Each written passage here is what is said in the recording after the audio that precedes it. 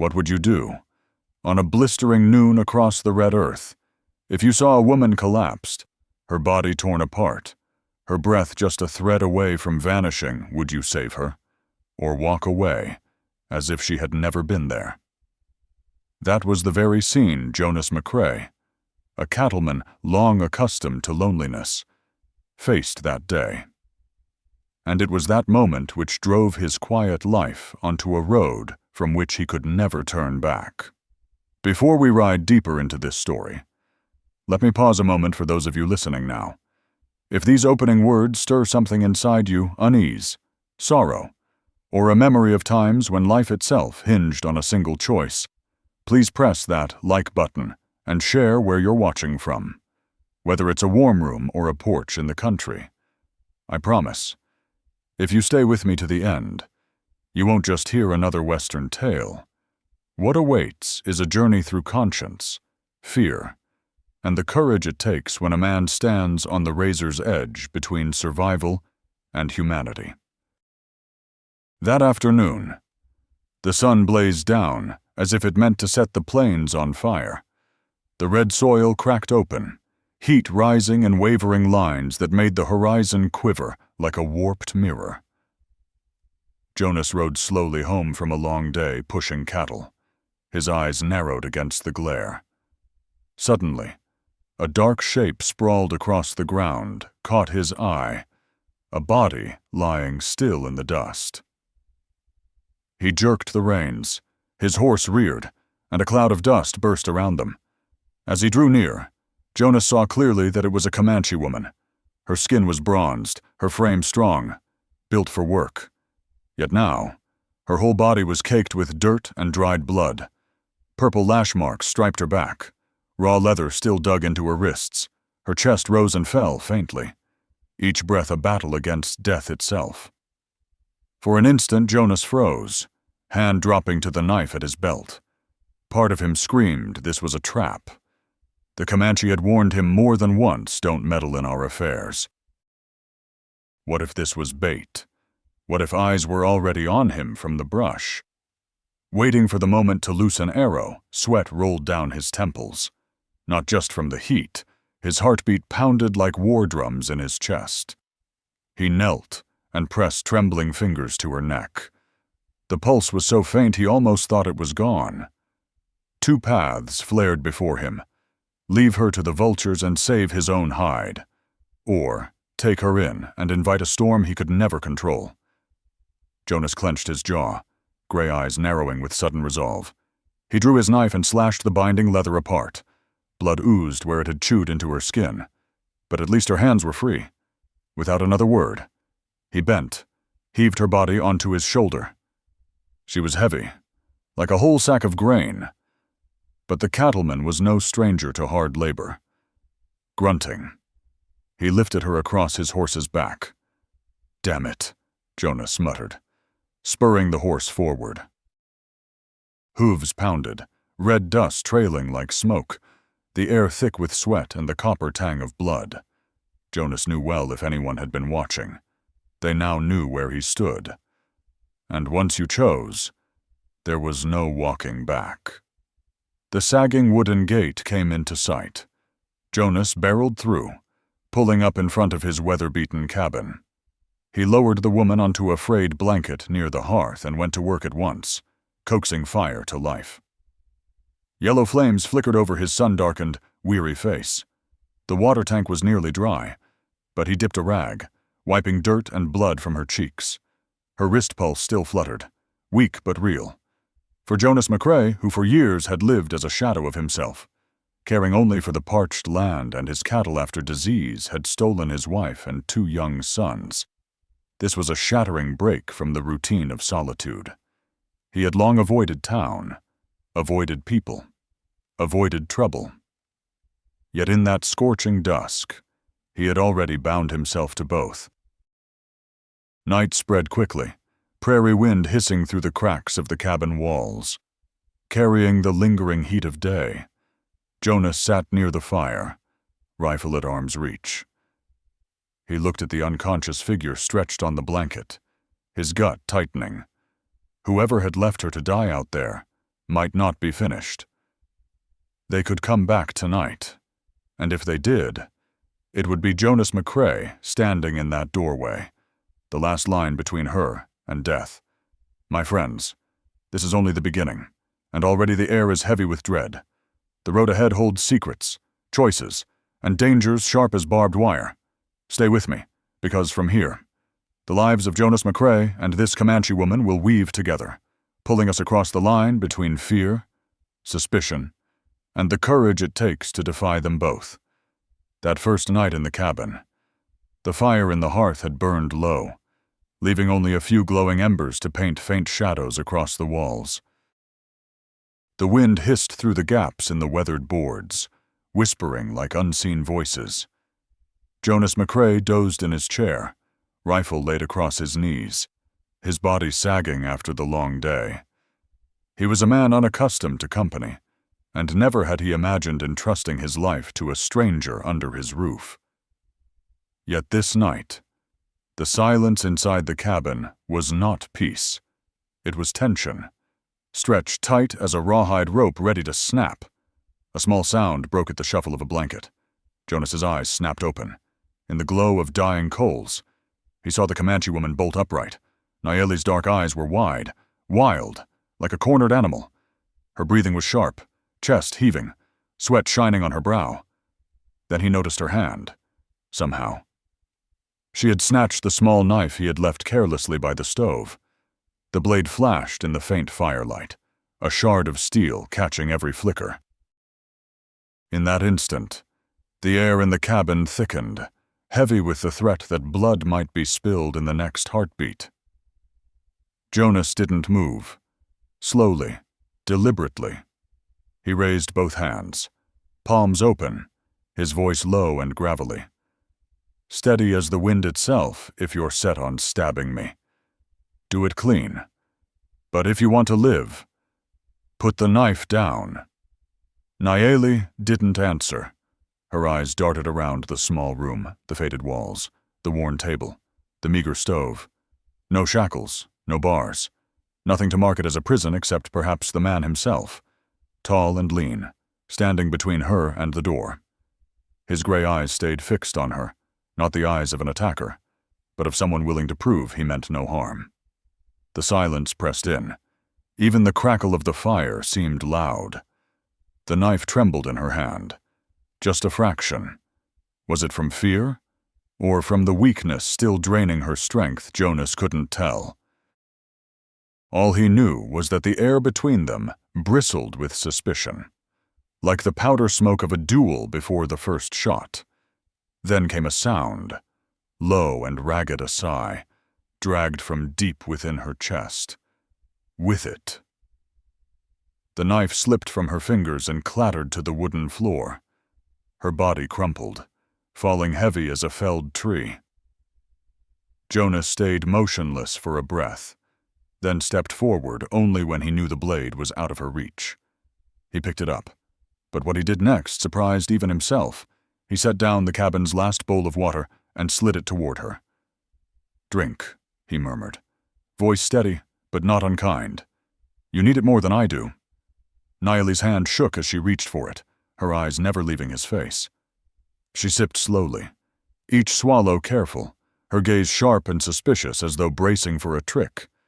Jonas offered no words, no explanation. Instead, he turned, rifle in hand, and walked to the porch.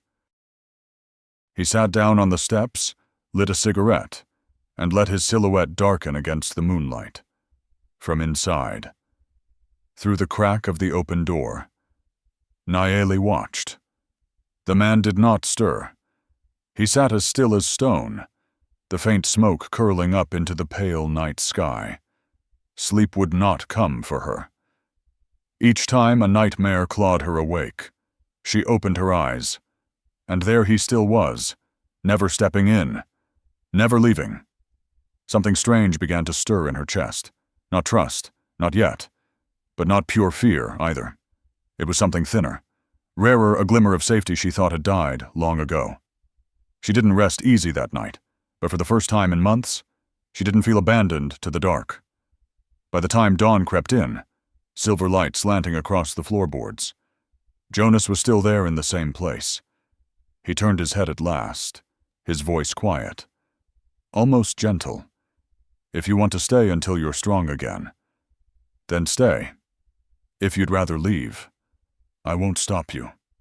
Nayeli said nothing.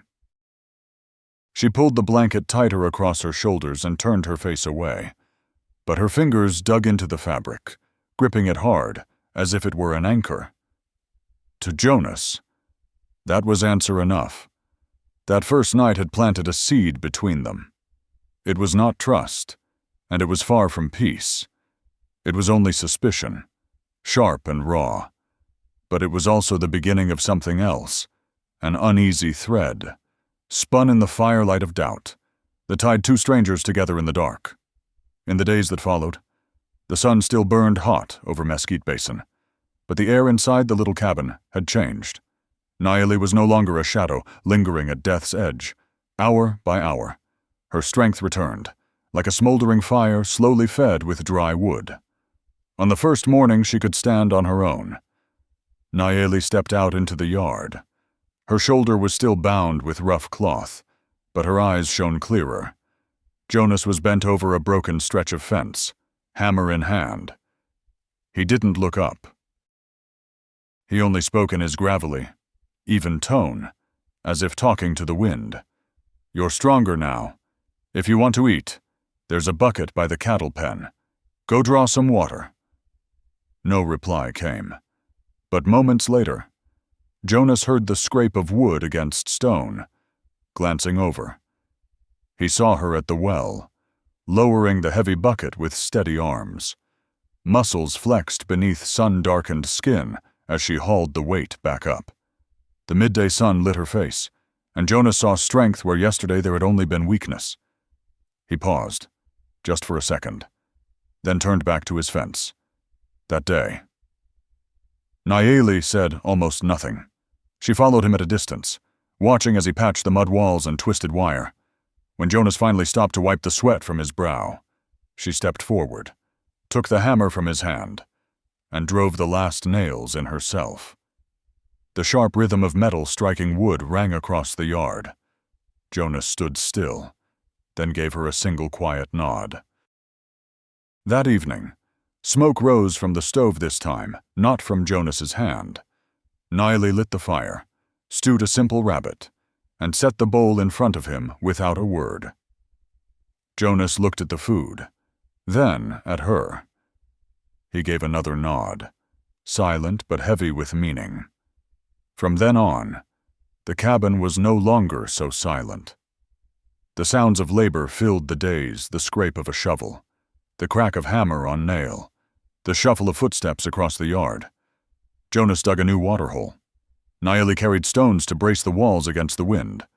Her strength was such that she rebuilt an entire stretch of fence in a single afternoon. Watching her, Jonas felt a quiet mix of surprise and respect. At dusk, they sat together on the porch. Jonas lit a cigarette, smoke drifting into the cooling sky. Nayeli sat beside him, whittling a stick with her knife. Then, for the first time, her voice broke the silence, low, husky, but steady. Why did you save me? Jonas stared out across the cracked earth, his eyes shadowed with old memories. Because I couldn't bear to see anyone left out there. I've seen enough death. Nayeli said nothing. Her hands kept working the knife, but her eyes shifted, softening, loosening a knot she had carried too long. The answer was simple, yet it weighed more than she expected. It told her this man asked for nothing in return, only that she live. That night, the wind moaned through the broken shingles, but Nayeli slept deeply for the first time in months. Outside, Jonas walked the yard slow and steady, boots crunching the dirt, his rifle across his arm. The days ahead unfolded with quiet change.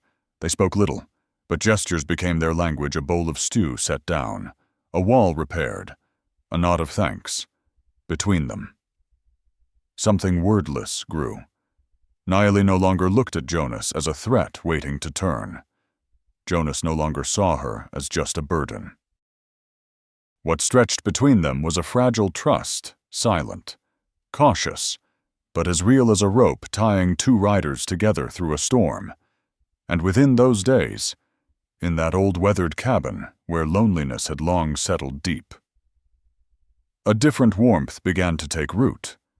It was not comfort, not yet peace, but it was the feeling that neither of them had to stand against the desert alone anymore. That evening, the sky over Mesquite Basin burned a harsh golden hue, the last light of day scorching the cracked earth. Jonas McCrae had just finished mending a section of fence when he heard something unusual. At first it was faint, like distant thunder rolling across the horizon, but soon he recognized it, the pounding rhythm of hooves. Jonas straightened, squinting toward the trail of dust rising far off. His heart sank. Not stray cattle, not townsfolk passing through. 3 riders were coming hard and fast, dust curling in their wake. Nayeli heard it too. She stepped out of the cabin doorway, her dark eyes narrowing with sharp alertness. When the figures grew clear, she froze. They were men she knew, warriors of the Red River Band, the very people who had cast her out. They rode tall, their faces painted for war, eyes glinting cold as steel. The leader reined in at the gate, his voice booming, hard as a whip crack. "Our woman is here. Hand her over."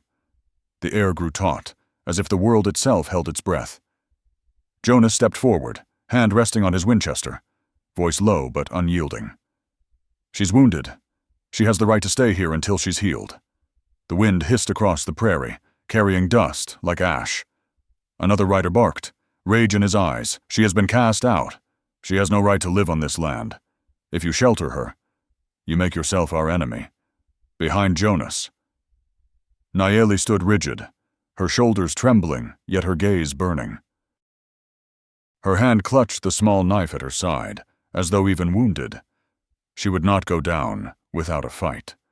Jonas did not lower his gun. His gray eyes hardened into cold iron. His words cut the silence like a blade.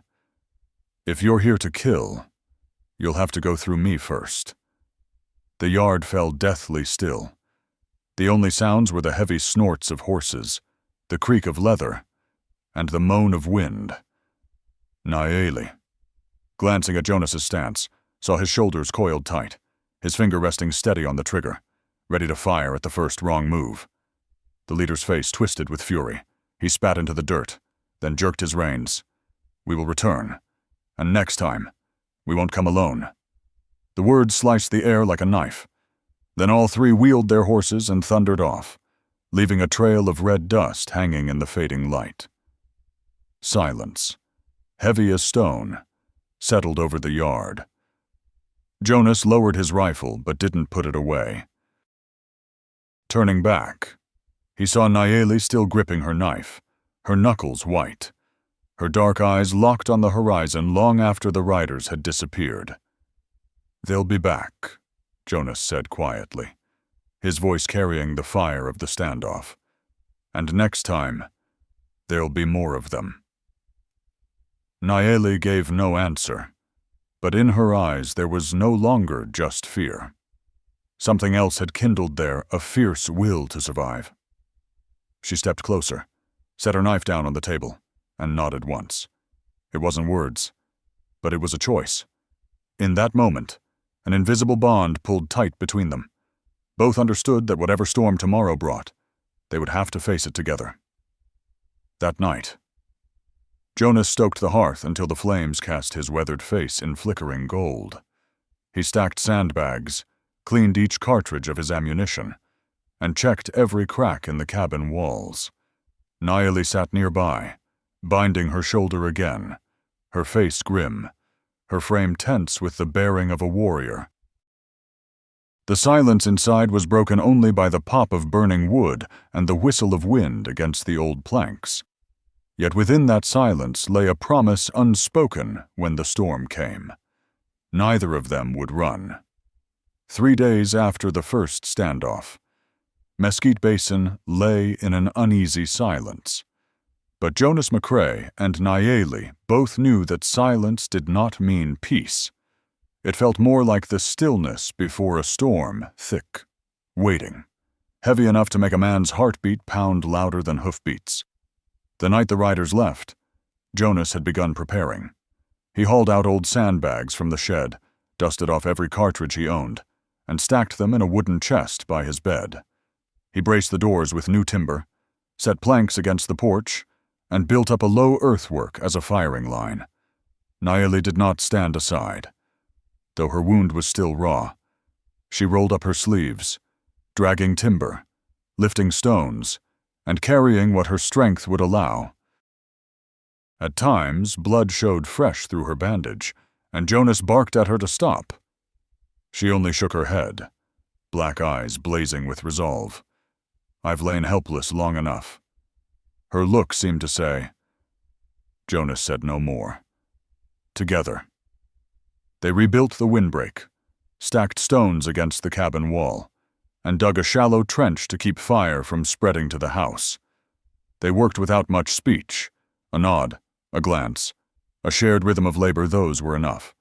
For Jonas, who had lived as a shadow since loss hollowed his life, her presence was no longer a burden. It was an ally at his side. On the third afternoon, with the sun sliding down behind the ridges, the dust rose again on the horizon. This time, not 3 riders. The sound of hooves rolled heavy, like thunder, and soon the trail filled with nearly 20 horsemen, their silhouettes black against the dying light. Jonas stepped onto the porch, Winchester steady in his grip. Nayeli stood beside him, her black hair tied back, one hand on a spear, the other on her knife. The riders fanned out, encircling the yard. Horses snorted, leather straps creaked, and the air thickened with the musk of sweat and tanned hide. At their head rode an elder, hair long and silver, a deerskin cloak over his shoulders, Chief Ottertail of the Red River Band. His face was carved in stone, his eyes deep and stern, his voice carried across the yard. Heavy as a drumbeat, the woman has shamed the tribe. She is no longer our daughter. Why do you, an outsider, dare to keep her? The air tightened. A few warriors growled, spears lifted. Jonas stood firm, gun low but ready, his voice even and unshaken. She still lives, and anyone still alive has the right to choose. A ripple of unrest ran through the war band. A younger man shouted from his saddle. She dishonored her people, she could not bear children. That is a crime. She must be cast out forever. Nayeli did not shrink. She stepped forward, shoulder to shoulder with Jonas, her breath quick but her eyes blazing. Her voice rang out, strong and fierce. I dishonored no one. I was punished for not bearing children. But that is no crime. Her words struck like lightning. Murmurs rippled through the circle. Some warriors tightened their grips on weapons, while others lowered their eyes in silence. Jonas looked sideways and saw her standing solid beside him, shoulders squared against the storm. A strange certainty rose in his chest. If shots rang out now, they would face it together. Chief Ottertail studied them both, his old eyes cold yet flickering with something harder to name. At last, he lifted a hand. The circle stilled. You have chosen, but know this. Jonas McCrae, her fate is now bound to yours. If blood is shed for her, that blood is on your hands as well. With that, he wheeled his horse, and the war party followed, thundering away in a storm of dust. The yard fell quiet, the silence heavier than the ground itself. Jonas lowered his rifle. He turned to see Nayeli still gripping her spear, her chest rising fast, her dark eyes fixed on the empty trail. Yet what burned there was no longer only fear. It was trust, a fire shared. And in that moment, words were unnecessary. They knew what they had become, not strangers, not burden and rescuer, but allies. 2 souls who had chosen to stand together. And in the wide, merciless West, That bond was stronger than any wall or weapon strong enough to shape a new kind of family in the shadow of the prairie winds. At dawn, the sky over Mesquite Basin burned with a bronze glow. Jonas McCrae had been awake long before the rooster crowed. He cleaned his Winchester, then stood on the porch, eyes fixed on the horizon where the dust would soon rise. The morning air was thick, heavy with the weight of judgment about to fall. Nayeli stepped out of the cabin, her shoulder still bound, but her dark eyes had changed. She had spent the night not only binding her wound, but steeling her heart. Her black hair was tied back, her plain dress whipped in the early wind. There was no trembling now, no shrinking back. She stood tall, ready to face the light. The first sound rolled across the basin, a low horn, deep and mournful, like thunder before a storm. Then came the dust cloud, and with it, the pounding of hooves, not a handful this time. More than 50 riders encircled the ranch. In their midst rode the elders of the Red River Band, faces lined with age and authority. At their front were Matron Latza, thin yet sharp-eyed, and Auntie Mara, broad-shouldered, leaning on a staff that struck the ground with each step. They gathered at the gate. Chief Ottertail sat tall on his horse, his silver hair falling across his shoulders, his face set in stone. He looked to the elder women, then fell silent. Matron Latza's voice rose, clear as wind over the ridge. Nayeli, daughter of the tribe, today we ask you for the last time. Will you return to face judgment, or will you choose the path of exile forever? Jonas tightened his grip on the rifle, but he did not speak. This was not his moment. His eyes flicked towards Nayeli, silently telling her, "Stand firm. I'm right here." Nayeli drew a deep breath, the early wind tossing her hair. She stepped forward, her voice carrying across the wide space, "I have dishonored no one. I was beaten, cast out, only because I could not bear children. But that is no crime. If the tribe calls it a crime, then I choose freedom. I will live, and I will live on my own terms." A wave of unrest rippled through the crowd. Some warriors gripped their spears tighter, fury burning in their eyes. Yet others looked down, silent, as if conceding. Jonas felt his chest tighten at her words, each one like a blade driven into the heart of injustice. Matron Latza fixed her gaze on Nayeli, holding it long enough to still the air. At last, she gave a slow nod. Auntie Mara stepped forward, her staff striking the dirt, her voice deep and heavy as a funeral bell. "From this day, your name is struck from the lineage. You are no longer a daughter of the Red River. Your bones will not rest in ancestral soil. But also from this day forward, we will not hunt you." Chief Ottertail's jaw tightened, bitterness etched into every line of his face. He pointed toward Jonas, his voice as heavy as stone. "You sheltered her. Her fate is bound to yours. If blood is spilled because of her, it will stain your hands as well." Jonas did not blink. His reply was short, steady, carved deep into the morning air. "I understand." For a heartbeat. Silence hung between them. Then Chief Ottertail raised his hand, and the war party wheeled their horses. The thunder of hooves shook the ground, red dust rising in a storm until they vanished into the horizon. Only when the last sound faded did the silence settle. Nayeli stood tall, her broad shoulders trembling faintly, but her eyes burned bright. Jonas studied her for a long moment. She was no longer the abandoned woman he had lifted from the dust. She was someone who had chosen, who had cut ties with the past, and who was ready to live a new life. Jonas gave a slow nod. No words were needed. They both knew they had crossed a line from which there was no return. From this day forward, their fates were not merely parallel, they were bound, and in the first light of that morning, they stood together, not as savior and saved, but as two souls who had chosen, willingly, to face the world side by side. When the last trail of dust faded, Mesquite Basin fell into a different kind of silence.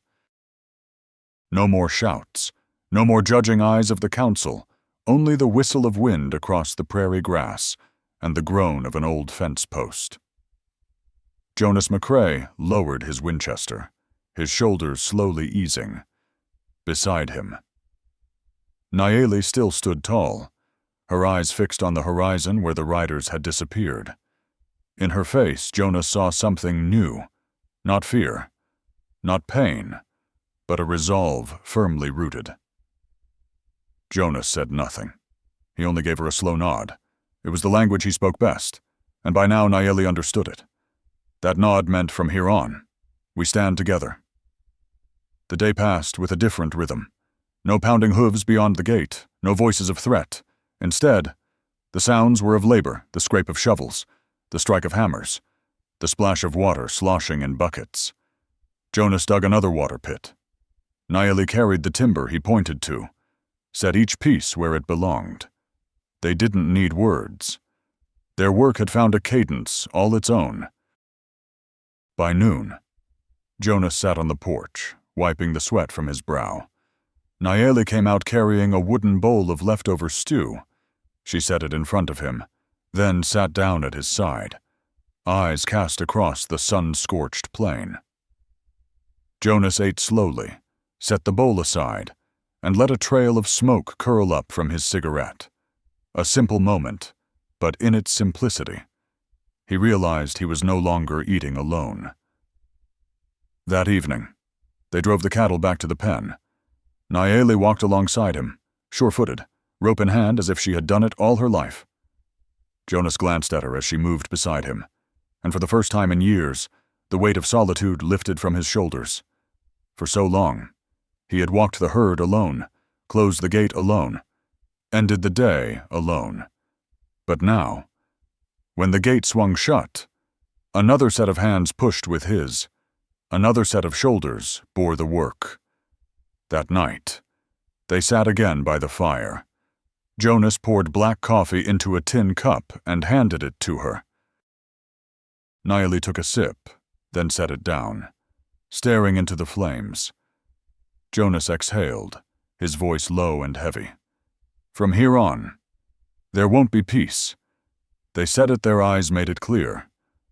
Your fate's tied to mine now, good or bad. We'll pay the price together. Nayeli turned her face to him, the firelight dancing in her dark eyes. Her answer was short, but firm, I know. And I've already chosen, with those words. The last barrier of doubt fell away. In that weathered cabin on the hard prairie, the two were no longer rescuer and rescued. They had become allies, standing side by side like pillars against the storm. The next day, as Jonas worked on the cattle pen, Nayeli walked the fence line on her own. That evening, she returned, telling him where the north section had broken. Jonas gave a faint smile, not at the fence, but at the fact that she had claimed the land as her own, that she had taken responsibility for what once was his burden alone. Day by day, her presence grew into more than strong arms or an extra voice. It became trust. Jonas knew that if a sandstorm rose, she would be at his side, bracing the walls.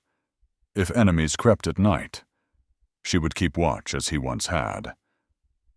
And Nayeli, too, found her certainty that the lean, weathered man beside her would never turn away.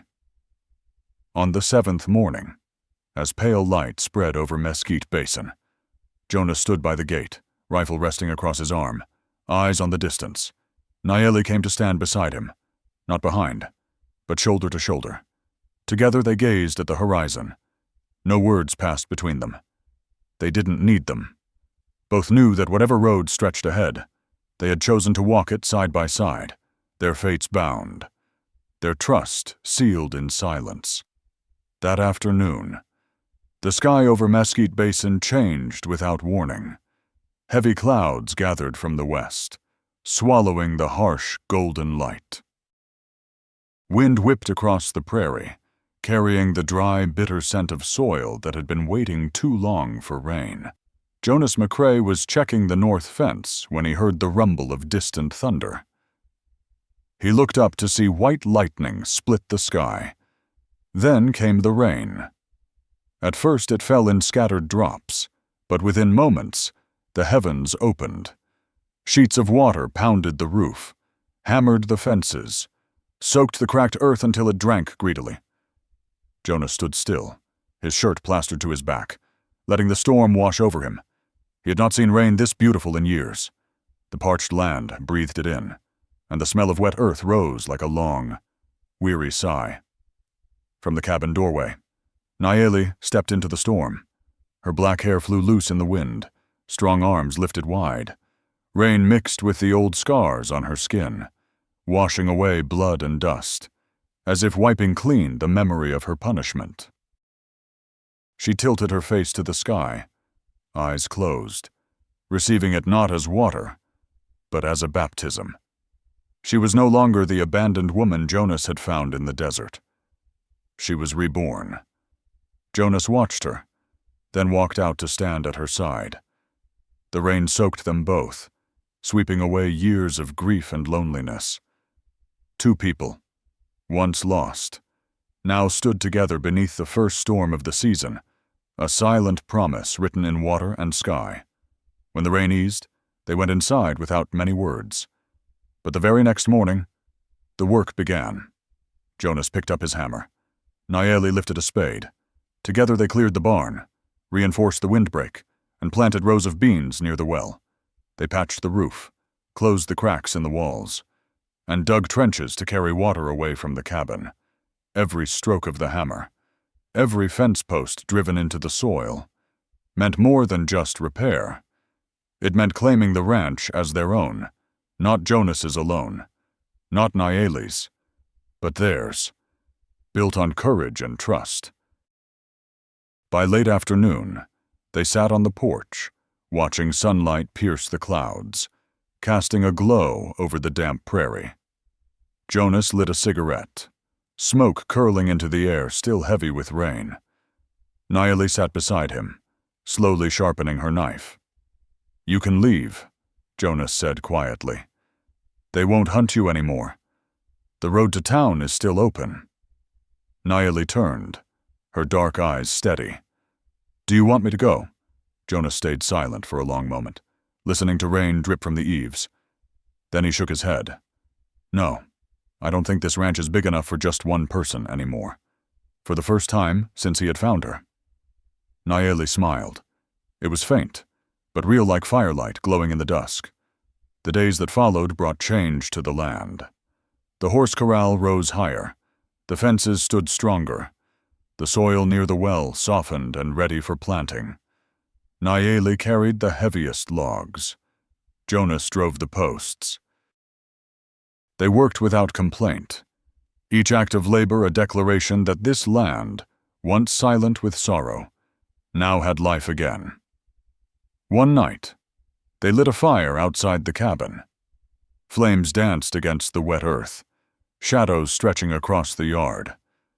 Nayeli set her spear down beside her, not as a weapon, but as a sign that their life could be more than defense. Jonas handed her a tin cup of coffee, his eyes reflecting the glow of the fire. "Tomorrow," he said, "we'll build a new horse pen." She nodded.